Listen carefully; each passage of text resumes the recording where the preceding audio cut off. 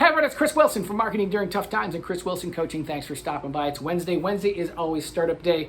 And this is the next installment of my series called Your Business Plan on a Napkin. About 6 months ago, I did a podcast with Mad Singers. And one of the things I was quoted as saying is, if your business plan can't fit on a napkin, it's probably too long. So in this episode, we're going to talk about how much money you can make in your business, your break-even point, things like that. Before I go any further, I want to make sure you know that you should seek financial advice. You should have an accountant or a financial person that you can sit down with either every week or every month or every quarter within your business and go over these numbers. You want to have a knowledgeable person look at your numbers and see if they make sense. So what I'm going to talk about today are numbers that you should bring to your first meeting with your financial advisor, with your accountant. You're going to present these numbers and say, do they make sense? Will this work as a business model? And they're going to be able to tell you, yes, this works. And if it doesn't work, they're going to give you ways to improve your numbers. So what numbers do you want to bring to this meeting? So there's some numbers you need to know. Number one, what is your product or service going to sell for? Number two, what is your product or service cost? And I'll give you an example. I own a performing arts school. Many of you know that. So if someone takes a music lesson, we charge the customer $38 for a lesson, and we pay the teacher $20 for a lesson.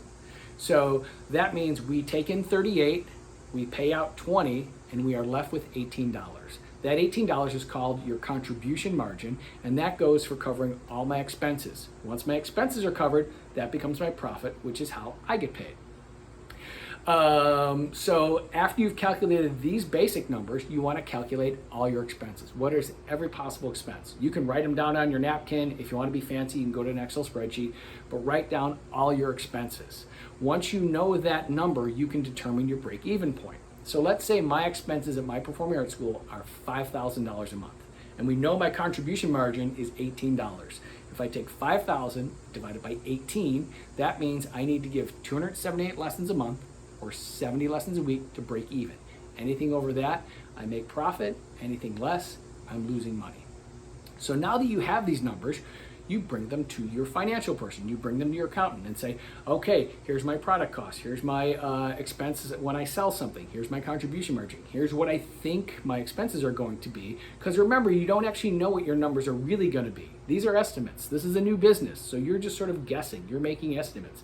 So you present these numbers to your accountant, to your financial advisor, and they're going to look and say, do these numbers make sense?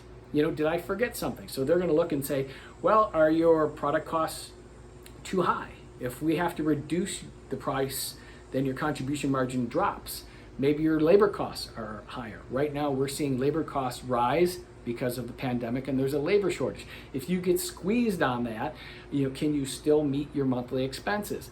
He's going to look at your expenses and say, are these realistic? Can you really get rent this much? Are your costs really going to be this much? Are they realistic? That's where your financial advisor really comes in. They're going to be really knowledgeable about this area, and they're going to help guide you. Understand that a financial person, an accountant, they're a key piece of your puzzle for your team. Now, they might not be on staff, they might not be on salary. You might meet with them once a week or twice a month or once a month, whatever your situation is, but they're going to be actively involved in your business. Don't make financial decisions on your own. Sit down with a competent professional. I have a couple different people that I can get in touch with. I prepare the numbers, I talk about the numbers, and they always give me feedback. They give me what-if scenarios, and it's always really helpful for me. So the biggest mistake you can make in business is not seeking competent financial advice. So don't skip this step. And when you do your numbers, make sure you reach out and find someone who can help you make competent financial decisions. All right, so that's all for today. I will see you next time. Thanks. Bye.